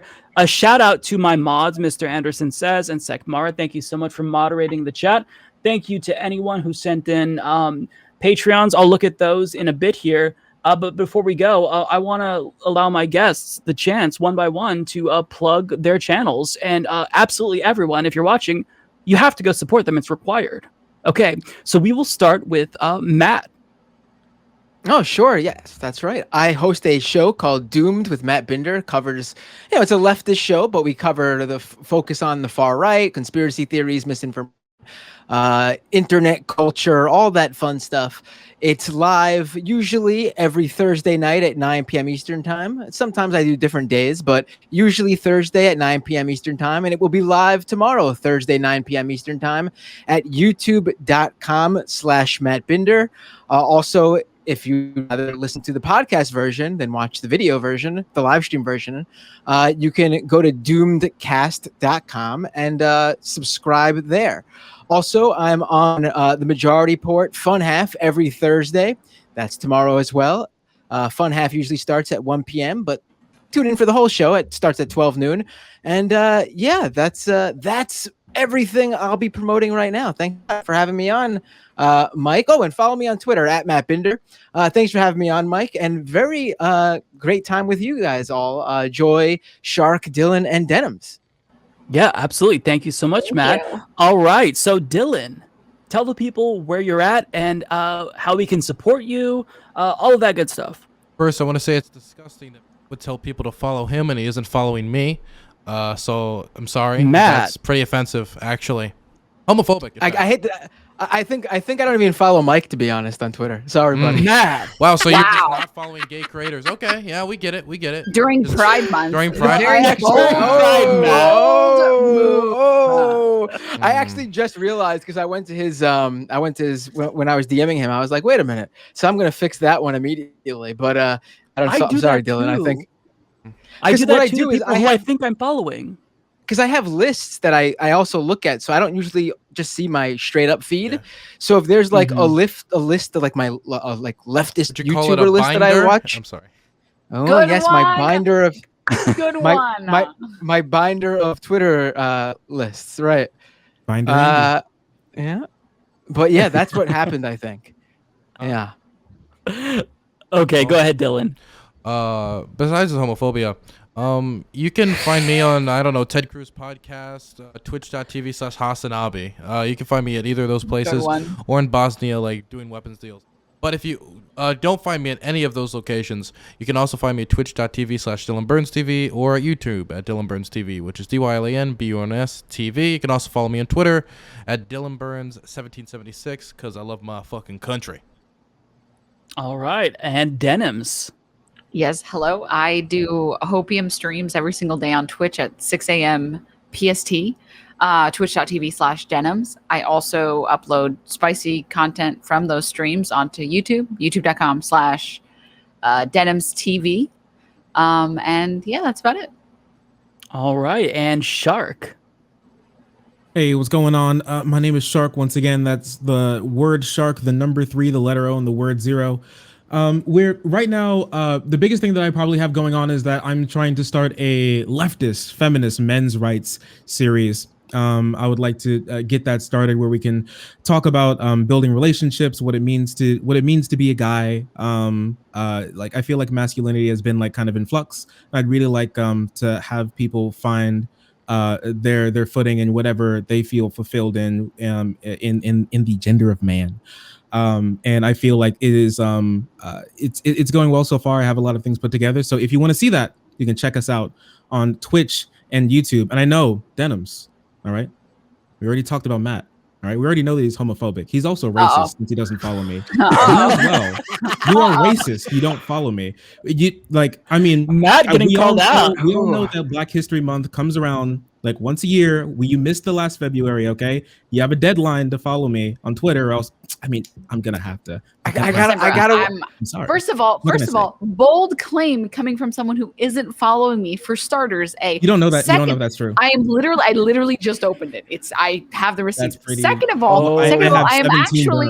It's very bold of you to say that I am racist when I am African American. Okay, buddy. So buckle it back a little bit. Yes, I'm North African. Technically, that's considered white. Arab American, not the same thing. But I will claim this card to protect myself from the racism card. Okay, so trap card there. Check yourself.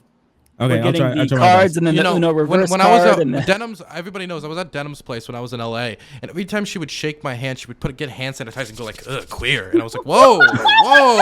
Come on now. I did not do that. Is it every time? You're the one who compared this to a hate symbol. Well, okay? why? I don't know why you have you have sound foam to say for swastika on your wall. It's very obvious. I don't know why you did Dylan, that. Listen, Dylan. We're you see how hard she tried to separate herself from sub-Saharan Africa? I'm sorry, I'm looking at the comment on the screen right now, and that's just too funny. Yeah, Thomas is calling. You're all calling each other out. Thomas says, "Fuck y'all for calling my dog's one a sex toy." Thank you, Thomas. Because I have these as well for my dogs. They're not sex toys. Thank you, Thomas. I hear that as a compliment.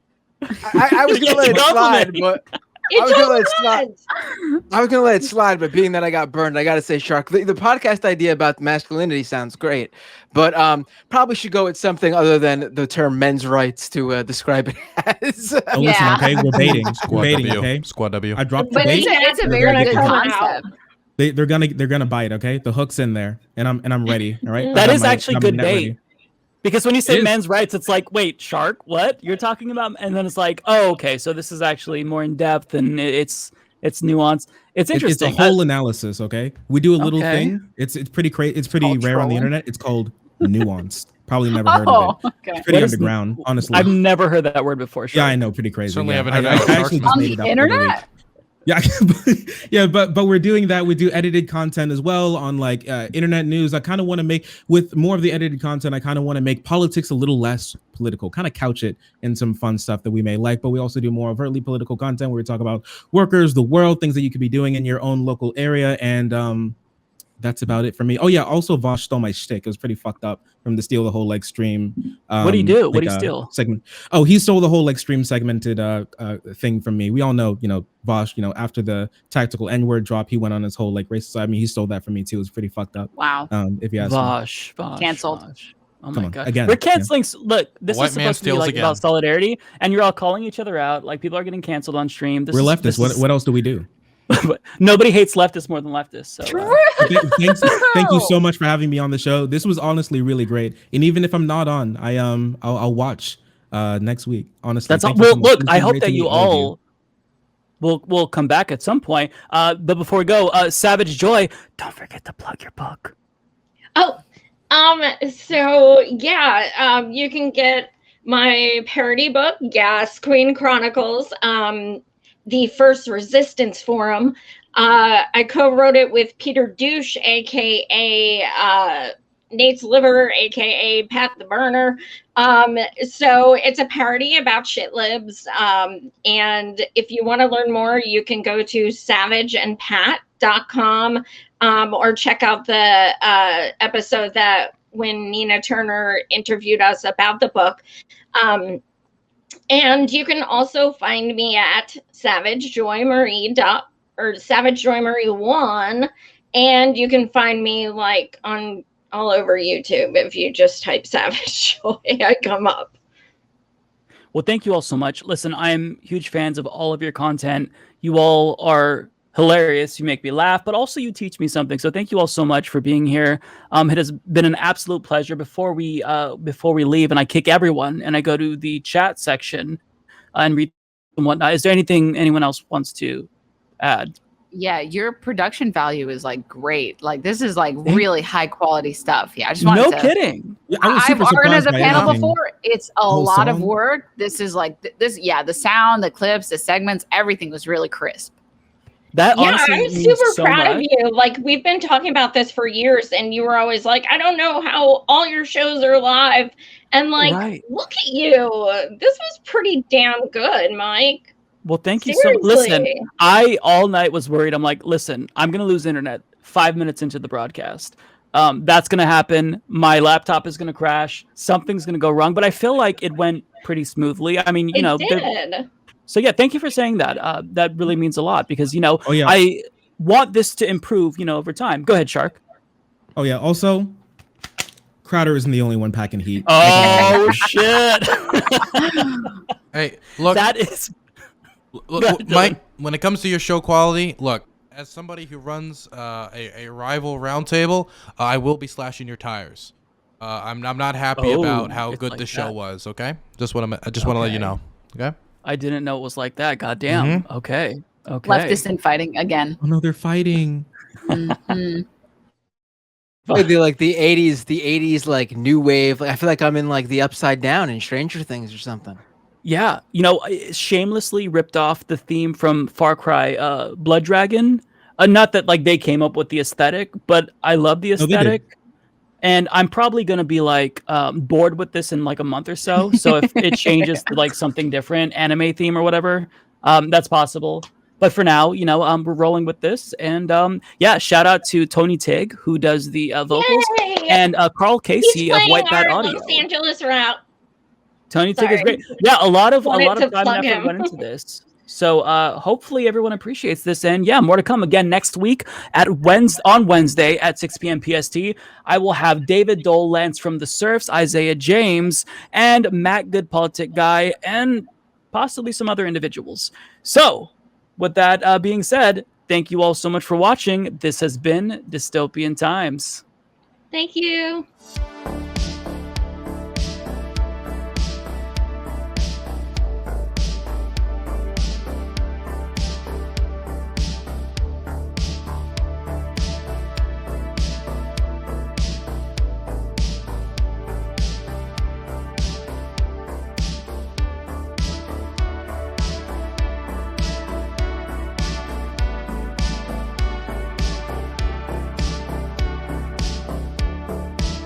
Subscribe. For the channel.